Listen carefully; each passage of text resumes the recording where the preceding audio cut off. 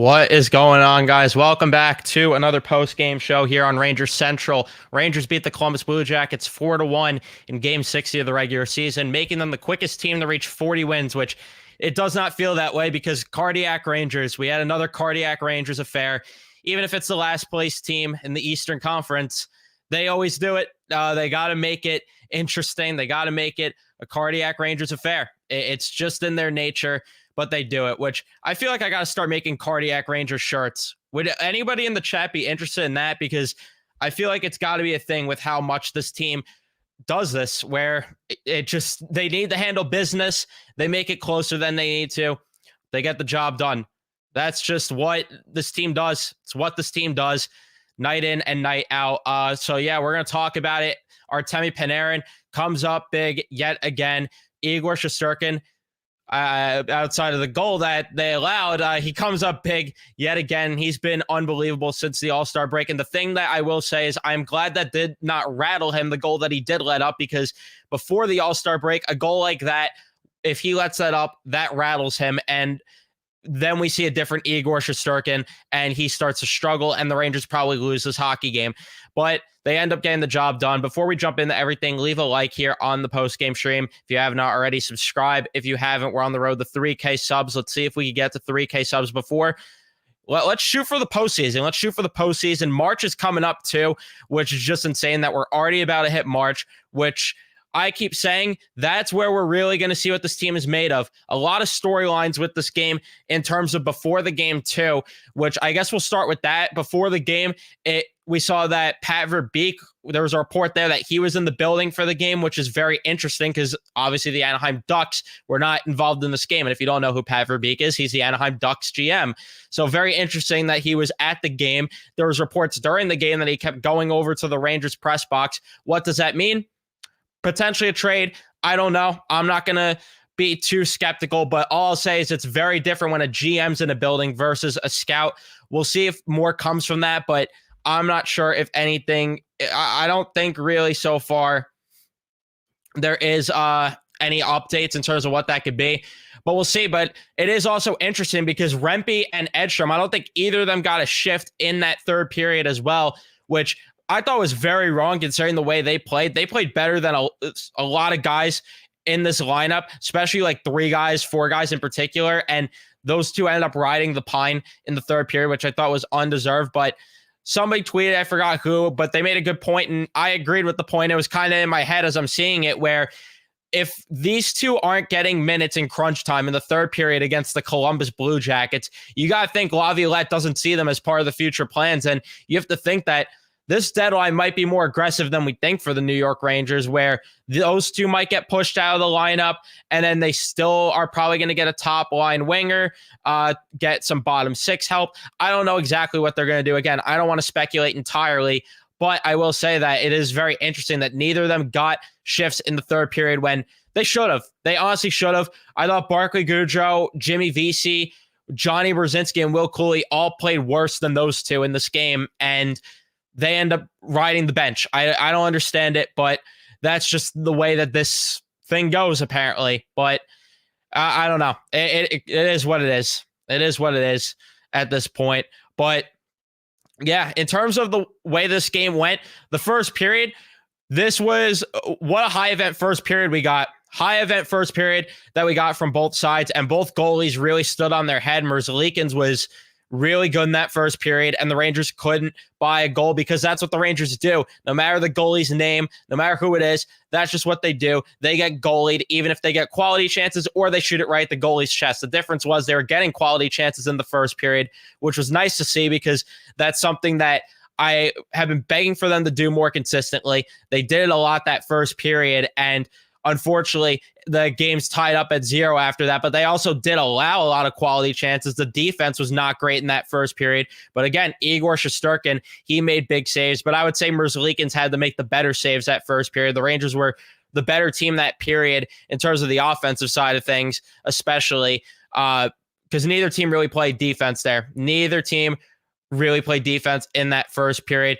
That second line really was the one generating a lot of chances. Lafreniere had a lot of quality looks in the first period alone. Panarin too. They were setting up each other for good looks left and right. Then you have just Roslovic getting a chance alone, Sean Corrali getting chances alone. A power play for the Rangers that really wasn't effective. They had a chance early and then they didn't do much with it. Mika Zibanejad turning the puck over. What's new here? But yeah, the first period was just chaotic from both teams, just sloppy play for both teams. The second period, the Blue Jackets really barreled down a lot more defensively, and it was kind of an ebbs and flow period the second period from both teams. I thought the Rangers looked horrible to start the period. There was a couple turnovers and a couple quality chances, and then the Rangers did settle down a bit and limited some of those chances. Trocheck, though, would win a faceoff, and Artemi Panarin, thanks to the help of the ref, it goes off of the ref. Panarin would shoot the puck on net. I don't think Merzlikins knew it was coming, and that made it 1-0 there. And the second line just kept the pressure going and going. Then you had the defense getting shaky and Igor being shaky too. Igor did misplay the puck quite a bit in this game. Earlier, before the goal he even allowed, you had Alex Nylander getting a quality look because Igor Shesterkin misplaced the puck there, but thankfully beats Nylander to the net there. Panarin to Lafreniere for a chance tonight. Then you had Trocheck hit Johnny Gaudreau in the open ice, and they ruled it a major initially. It got reversed, but I don't understand how they even thought that was a major to begin with when that was a clear shoulder-to-shoulder check, as clean as it gets. And it's unfortunate that Johnny Gaudreau got hurt. You know, that's my doppelganger there. I got to feel bad for the guy. But all jokes aside, although Trocheck is said to be my doppelganger sometimes too, so who really was it there? Did my doppelgangers just collide there? Did it? What universe is this? But regardless, not making this about me because who cares about me? They ruled that a major, which just did not make sense to me whatsoever. And again, unfortunate that Gaudreau got hurt on the play, but that's just what happened. And yeah, there was a call though on Columbus. I think it was Olivier actually who got the cross check, and the Rangers scored on the power play. Again, did not look good to start the power play, but Gabranson fumbled the puck, and then Kreider takes it away, passes it to Fox. Adam Fox starts shooting the puck more because when you shoot the puck, especially in the slot, look at what happens. He buries it, makes it a 2-0 game. Then late, the Rangers got loose defensively again. Igor had to make big stops there as they're making some bad line changes. And, you know, it's annoying because I wrote here in the notes that Rempe and Edstrom were impressing me, and then all of a sudden they don't see the ice in the third period. It's just ridiculous to me. But, yeah, like I said, I didn't love or hate that period. I thought, again, it was just an ebbs and flow period. One part of the period, they look great. They look brutal defensively. Part of it, they look good. And then the offense, though, I didn't love the offense that period. I thought, especially compared to the first period, which maybe I shouldn't be expecting the way they played in that first period offensively to continue. There was obviously going to be some sort of adjustment from Columbus's end, even if they are a terrible hockey team. But still, I mean, the second line can't be the only ones showing anything offensively. The fourth line had a couple good shifts, and I think Kakko had a chance during that period as well. But they needed way more from the rest of the lines there, which, you know, how many times have we talked about that throughout the year, that the second line they're really the only ones giving you a big offensive effort. But I will take that period over what we saw in the third, because the third period, that could have got ugly, but Igor Shesterkin was just nails in the third period. Gaudreau takes an early penalty. Thankfully, Kent Johnson negates it, but Columbus would score on the 4-on-4 as Igor vacates the net, and Cole Sillinger's just right there to bury it and make it 2-1. He gets the initial stop, actually, but Ryan Lindgren not there to tie up Sillinger, but that's more on Igor. You cannot play the puck there. Simple as that. That made it 2-1. And again, cardiac Rangers, because you have Marchenko, who just walks through Keandre Miller, walks through Zibanejad, walks through Trouba, denied. Then Igor takes a tripping penalty on that, and he's not happy. He's calling Marchenko a diver. He's diving there in the net too to show the ref there that he wasn't happy. But the Rangers killed that off. And then, yeah, I mean, just Igor had to make more big saves. Gustafsson and Schneider getting killed out there late. You have Danforth and Corrali looking like they're just playing with the Rangers out there, which was just crazy. And yeah, like just I was shocked too with this one. Cooley throws a hit on Provorov, I think it was in the corner, and then all of a sudden him and Vronkov dropped the mitts. I'm surprised there was no penalties called at all outside of the 5-minute majors. I thought they were going to call boarding there, or they were going to call an instigator there, or both, but nothing got called there. Then you have Jenner to Boquist, who just splits just gets right behind the defense, gets in alone, and doesn't end up scoring there. Kreider gets an empty netter, Panarin gets an empty netter, and then the Rangers win the game. Because again, cardiac Rangers. Do I need to make cardiac Rangers merch? Do I need to make it a thing? I feel like I do. But yeah, they made this definitely interesting with the way they played in that third period. Was not a fan of that. But like I said, let's see what happens come March and see if this thing is sustainable or not, because that's what I've been saying for weeks and weeks now, is that March is going to tell what this team truly is and show their true colors. You play Toronto, which that's a team that I'm underratedly scared of because of the firepower that they have. And then you have a team like Florida, who I think is the best team in the East. There's St. Louis, who's still kicking around, New Jersey, which can't stand them, Carolina. You get the point. They play only playoff teams. I talk about this all the damn time. But yeah, I love what we got from the second line this game. Really love what the second line gave. Love what Adam Fox gave in this game. I thought Fox had a very good game as well. And that's something that they need to see. They need to see those efforts a lot from Fox, which I'm not saying that he's been bad this year, but there are times where, like, let's be honest, this is not to take away from what Fox is doing, because he's still been very good this year. To me, it's just it's unfair because of how good he is. But, because of the injury, we've seen him be shaky at points this year. And again, it's not to take away from what he's done this year, because he has been very elite at times this year, like more often than not. But I'm just saying that, like, when he's dynamic offensively, like he was tonight, that's when it makes a difference. Like, that's really what I'm really trying to get at there, is tonight he was more of an impact offensively too. That's when you see Adam Fox at the top of his game, is when he's making that impact on both sides of the puck, which that's what he did tonight. And especially because I did not love Lindgren's game too much. I thought he covered for a lot of what Lindgren did at points in this game. But yeah, love the second line. First line, they had some good possession, but again, like, when are we going to see quality chances from them? Especially because Kakko got thrown up there. I didn't like how it messed with the third line. The third line was terrible tonight. Let's be frank here. Brodzinski, Cooley, Vesey, that line was probably the worst line for the Rangers in this game. Did not like what we got from that line, but yeah, there's got to be a move coming. There's got to be a move coming one way or another, because there's 2 games till the deadline. They're holding down the fort at this point. So I'm not even going to take too much stock into what the third line gave tonight, because, again, there's going to be a change. There's going to be a change. Pat Verbeek was in the building. For all we know, tonight or tomorrow, a trade goes down. For all we know, it goes down. I would have loved for them to be in on that Tanev trade, which, by the way, that's another thing that I forgot to mention, because there were storylines throughout the game, not Rangers related. The Chris Tanev deal that went down with Dallas. What a move for the Dallas Stars, which I know people are going to be like, it's a Ranger channel, we don't care about the Stars. I'm talking about it anyway, because what a good move for Dallas. Like, they gave up a C-level prospect, a second-round pick, and then the condition on the third-round pick is if they go to the Cup. Otherwise, Calgary doesn't get the pick.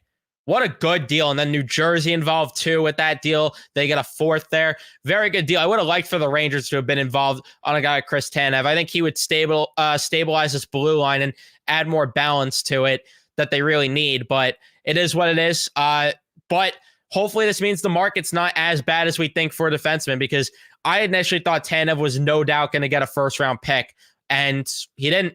He did not get a first-round pick, so I found it very interesting. I think the Stars did a very good job with that deal.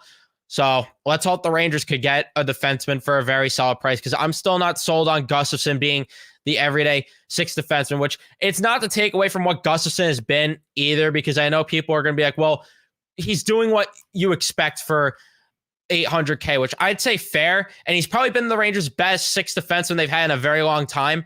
But let's be honest, you could do better. And I think the reason we do notice him more is because Miller and Trouba at times are just not good enough. And they had a lot of bad plays in this game yet again, Miller and Trouba, that is. And I think it kind of just makes you open your eyes to the entire D-core as a whole, where, if those two were performing better, you could live with what Gustafson's giving. But I just would have liked to have seen Tanev come in here and, you shelter Trouba's minutes. It wasn't going to happen. Let's be real. It was never going to happen. But I would have loved Tanev to come in here, play the right side, which then it gets complicated, though, because then you have to figure out who plays the left between Trouba and Schneider there, because they probably wouldn't pull Schneider out of the lineup. But I just feel like sheltering Trouba's minutes would help this team go a long way. And then, pair someone else with Miller. But I don't know. Like, I'm a big Chris Tanev guy. I'm a big Tanev guy. Maybe it's just a bias of mine, but I think he's just a slightly, not slightly. I think he's a better version of Trouba. That's just what he is. And I think he has a better foot speed than Trouba, which is more important. Not that much better, but I think it's just slightly better, which makes him a better player. But it is what it is. It's done now. He's a Dallas Star, and good for Dallas. But the floodgates are starting to open for trades. So we'll see. I just hope that some trades are saved for the deadline. We got a big deadline stream. I don't want it to be boring, the deadline stream. But to get back to the game here, I don't really know if I have much else to say. I mean, if I'm going to really get annoyed about anything else, Mika Zibanejad still not shooting the puck enough, still not making an impact enough for me, for my liking offensively. Would like to see improvement there, but yeah, outside of that, I don't really know if I have much else to say with this game.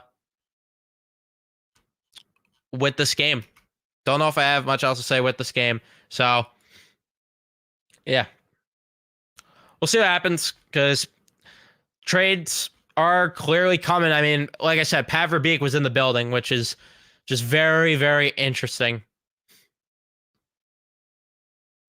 Very interesting.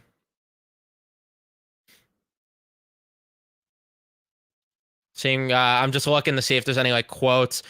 Trocheck apparently went up to Johnny Gaudreau after the game. Good on him.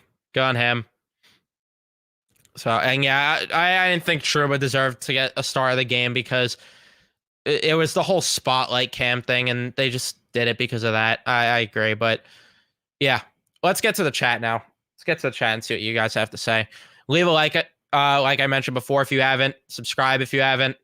All that good stuff.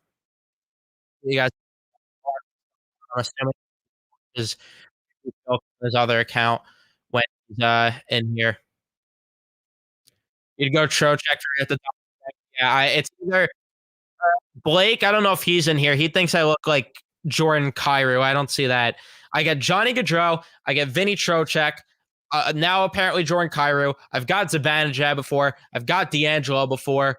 I've gotten, who else have I gotten as a doppelganger comparison? I don't really know who else. Oh yeah, Frank Vetrano, who, funny enough, maybe ends up being a Ranger again. Who knows? And yeah, I feel bad for Kakko too. He looked good on the third line. Moved with Meek and Kreider. Looked worse. The third line suffered without Kakko on it. Yeah. I'm going to voice my opinion on this right now too. And I think it's very obvious my opinion, because I've said it before. Kakko should not be moved in a deal for a rental. You don't move Kakko in a deal for a rental. I would go as far to say I don't think he should even be moved this deadline at all, unless it's obviously just like a no-brainer where you're getting a bona fide great player and, a no doubt game changer, which obviously that changes things. But for a rental player, I mean, you don't move Kakko. You don't move Kakko, because I really like him on that third line. I think him with Cooley adds a balance. I still think, as much as Johnny Broadway's been a cool story this year, and I like the way he's played, I still think he should get a little bit of a lesser role. Bring in a valuable 3C like Yanni Gourde, and then I still think Riley Smith would be the perfect fit for the top line right wing. Probably not going to happen. I mean, for all we know, the deal is going to be Vetrano and Henrique, like we've talked about before. I don't think Kakko should be part of that deal, though, because then you're just adding another hole in the lineup at that point.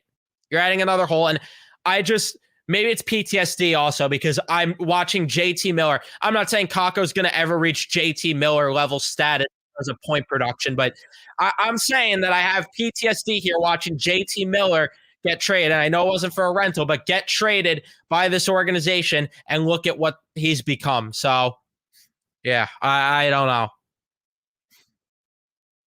I don't know. This team still has no identity. It's so Jekyll and Hyde. They don't have a go-to player. I agree with that. I mean, Panarin's been that a lot this year, but yeah, like this is where Mika needs to step up. And I continue to say this. This team goes as far as Mika could step up and take them. And quite frankly, like we have with the clip from Filk, it's been dog shit all year. He's been dog shit for not all year, but like most of the year. He hasn't been good enough, and I just cannot understand why Zibanejad has been poor. Cannot understand it.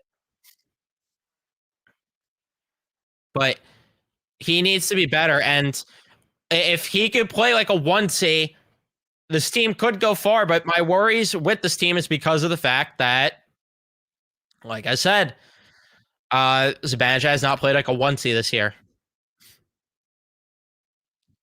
And yeah, I don't understand that. Trying to stick handle through the zone too much. Yeah, Tanev was Trey, like I mentioned before. Talked about that. You probably commented that before we talked about it, though. Yeah, I saw Verbeek was at the game. Let's say. Yeah, I we'll see. We'll see, Dimitri. Hopefully a trade. I look like Trocheck, though. Don't know if I agree, but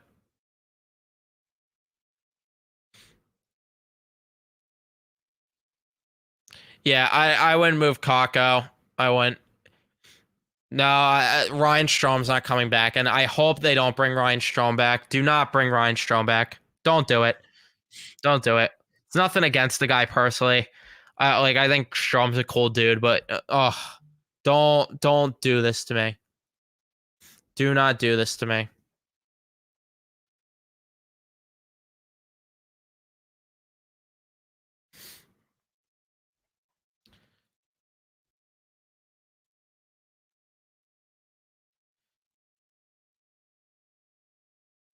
Let's see. And yeah, we're gonna have a guest on the channel on Friday.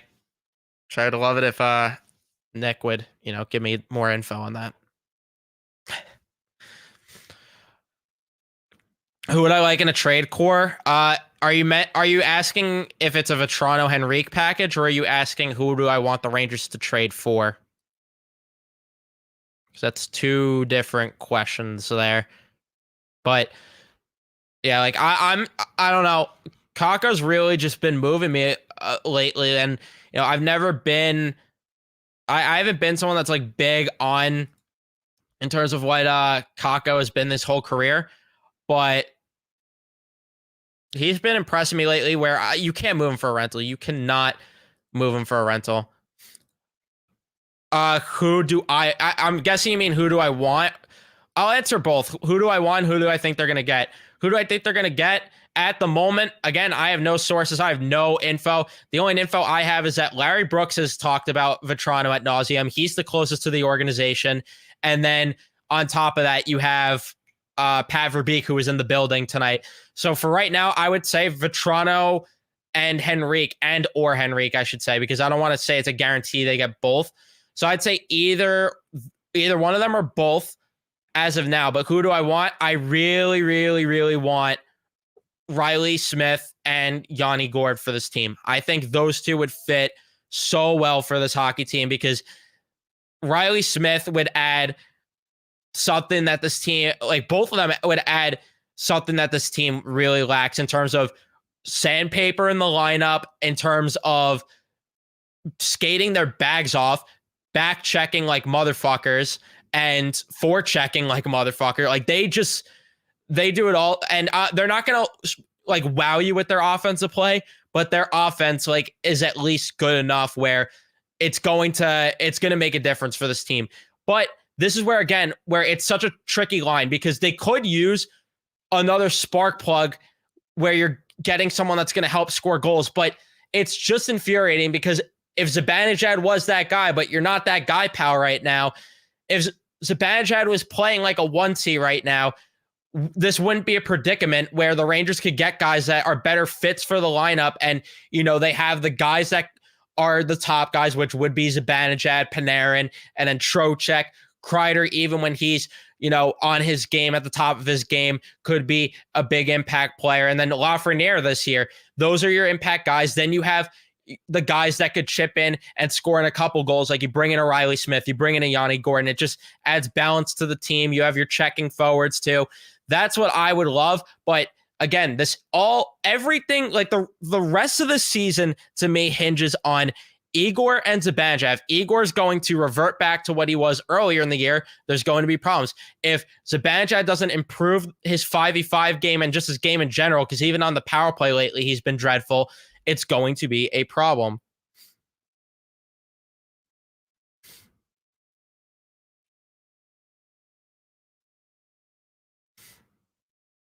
Then, yeah, it does create another hole. Yeah.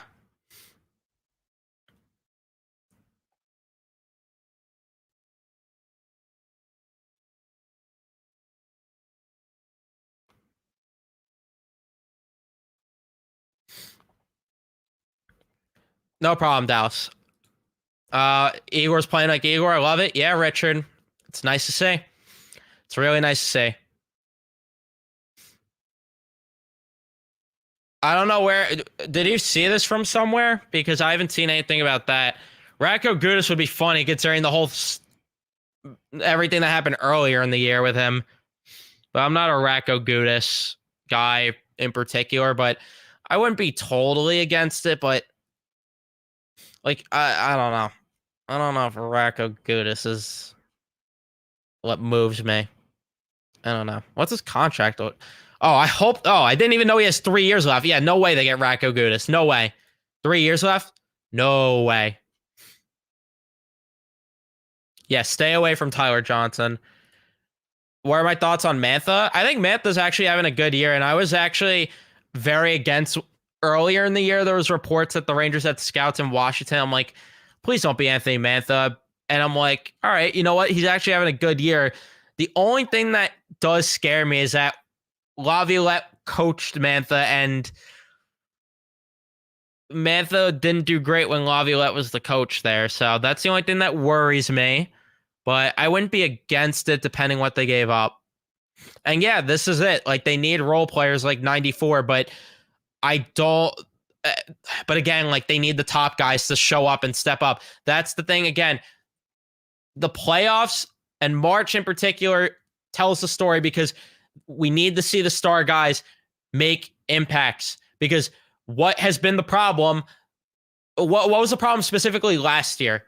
It was not the depth scoring, because there was depth scoring, even though people don't want to hear it. And I argue with them all the time. People don't want to hear it. But the issue was not Kane. It was not Tarasenko. Kreider, even, who I'm not, I am critical of Kreider, was not a Kreider problem. The problem was Panarin and Mika no-showed in the playoffs. Those two need to be the difference makers. And if they're not the difference makers, good luck getting far. Good luck getting far. Yeah, this could have been a shutout, and I hate to tell you bad news, but Edstrom and Rempe didn't get shifts in that third period. I don't know if we're going to see them in the playoffs.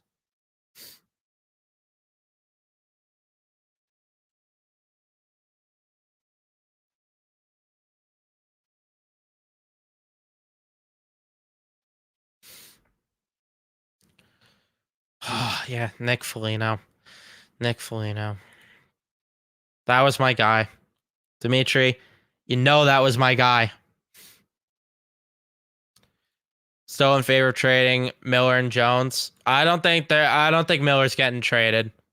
I don't think Miller's getting traded. Jones maybe. Miller's not getting traded.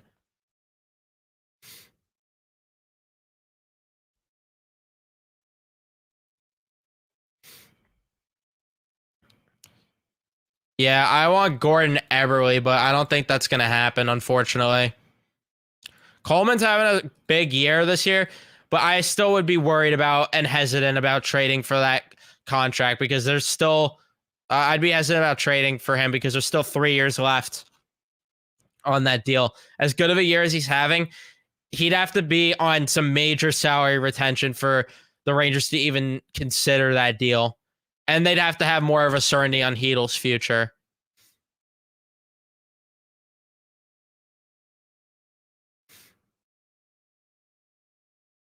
Yeah, 94 we love Matteau, McTavish, Noonan.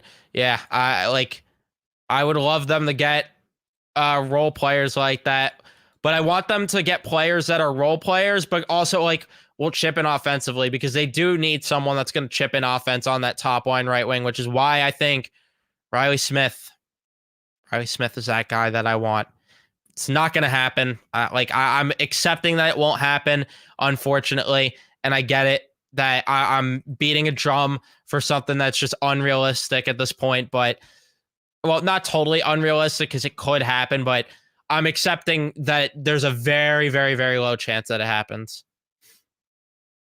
Very low chance that it happens.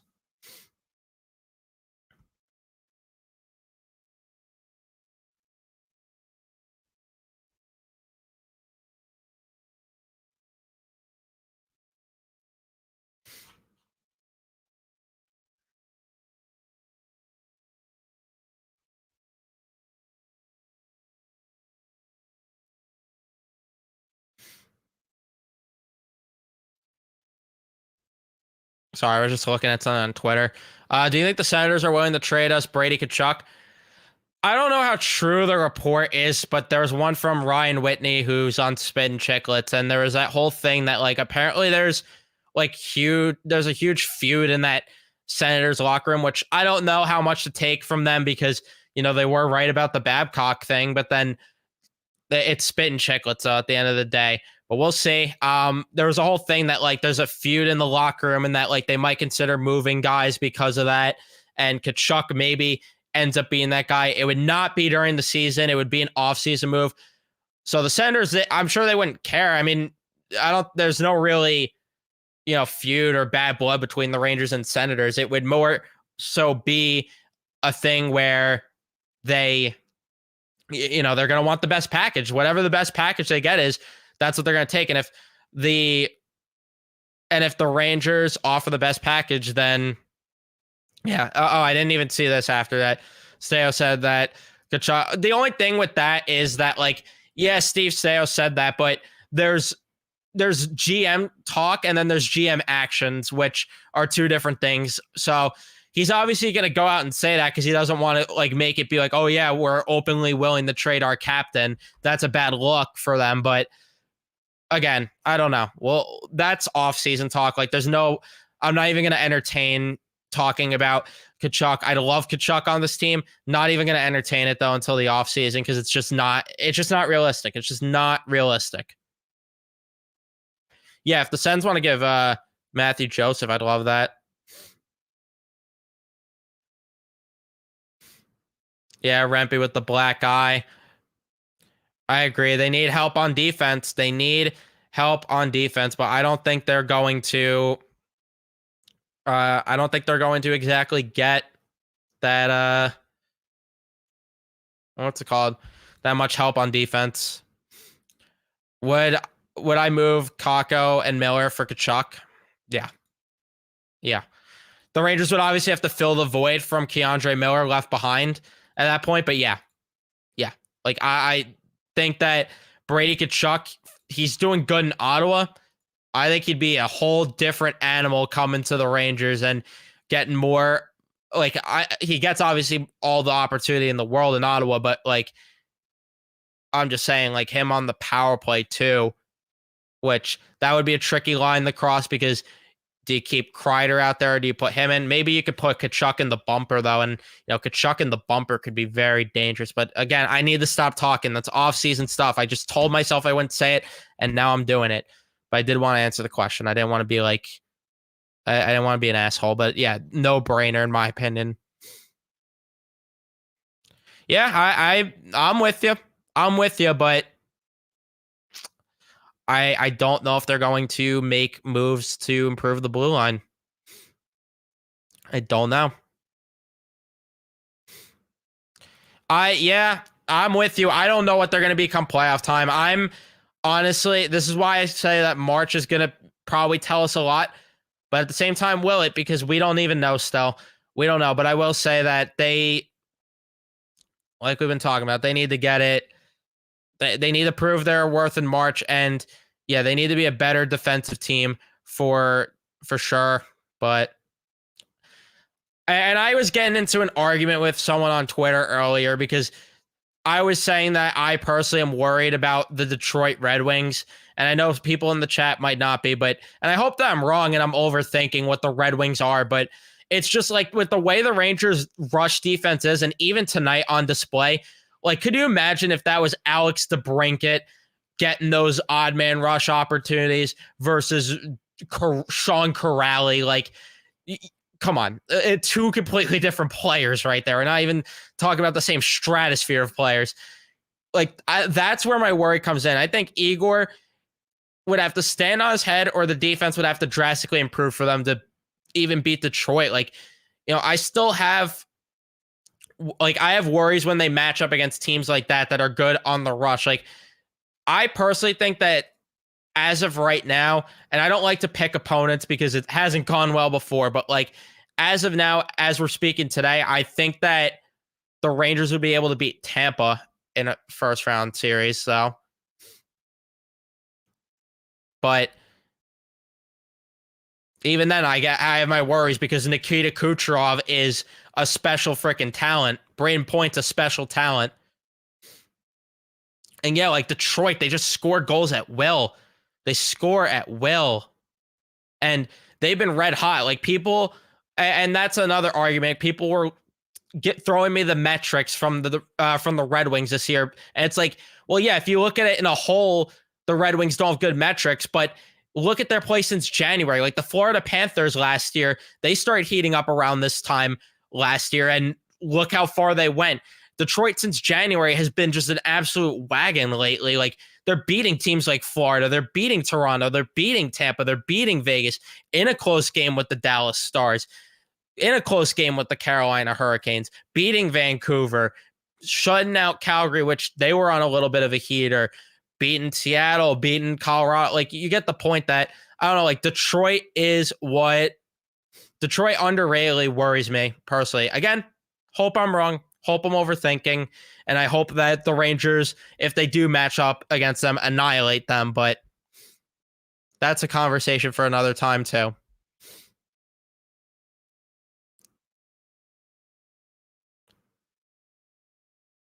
They might move Hannafin still. They might.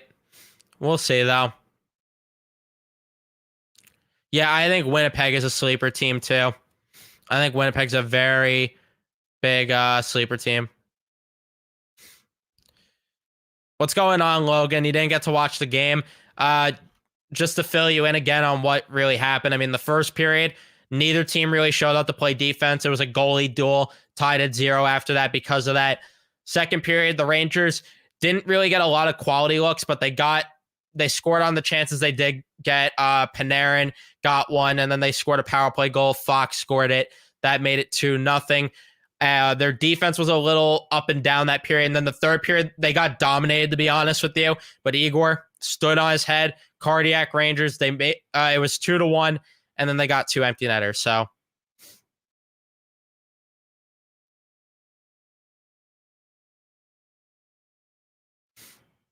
do you think the cup goes through Canada? I don't know. I mean, I like Winnipeg. I've been a Toronto doubter, but I'm starting to like them a bit more. But I still feel the favorites right now. And then I obviously like Vancouver too. I think the favorites right now still, like, my cup pick still right now would be the Florida Panthers. For right now, I'd still pick the Florida Panthers as my cup team. Obviously, I hope I'm wrong, and I hope it's the Rangers, but as of right now, I would still say Florida.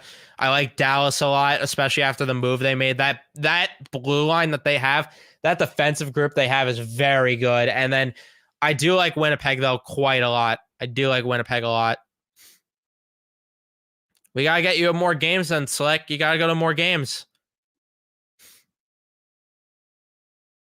Yeah, I'm glad they tied the season series, too. That would have been annoying if they dropped the season series to Columbus. Not that it would matter in the grand scheme of things, because at the end of the day, it's the regular season. It is what it is.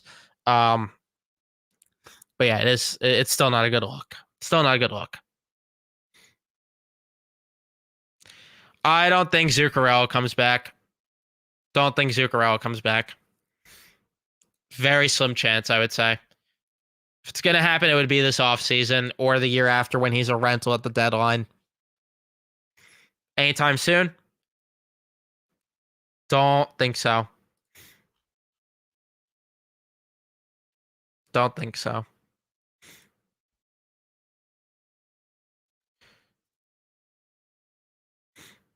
But yeah, like you take the 2 points. Not a great effort, but you take the 2 points.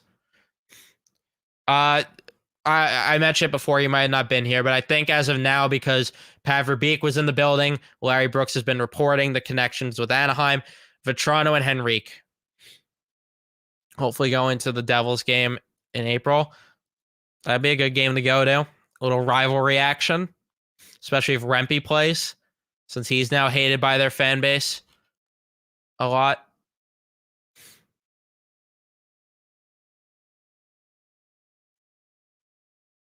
Yeah, Boomer didn't like the game either. I just saw his tweet that Miller might need a few games off, and he said that they need a top line winger and a center. One of the only guys at WFAN that what's it called, that really knows what they're talking about. Although I didn't think, I thought Trouba was more the anchor on that pair than Miller. Not that I love Miller's game, but Trouba, I don't even know what to say about Trouba anymore. I don't know how that guy got a star of the game just because he was on the spot like him. Like, come on. But I'm going to answer one more question and then wrap things up. I know this is irrelevant, but Evan, what do you think about trading Mika Shea for Robert Thomas? I don't know. I'd have to do more research into how Robert Thomas is. I don't know if he's like, if his points are really, power play production only or not. Because like, I really just want a guy that is going to step up 5v5 and drive play there. And I mean, just looking at it, Robert Thomas is far and away better at 5v5 than Zibanejad. Not that's tough to beat with how bad he's been this year, but Mika just needs to step up. Just be half better than you are right now at 5v5.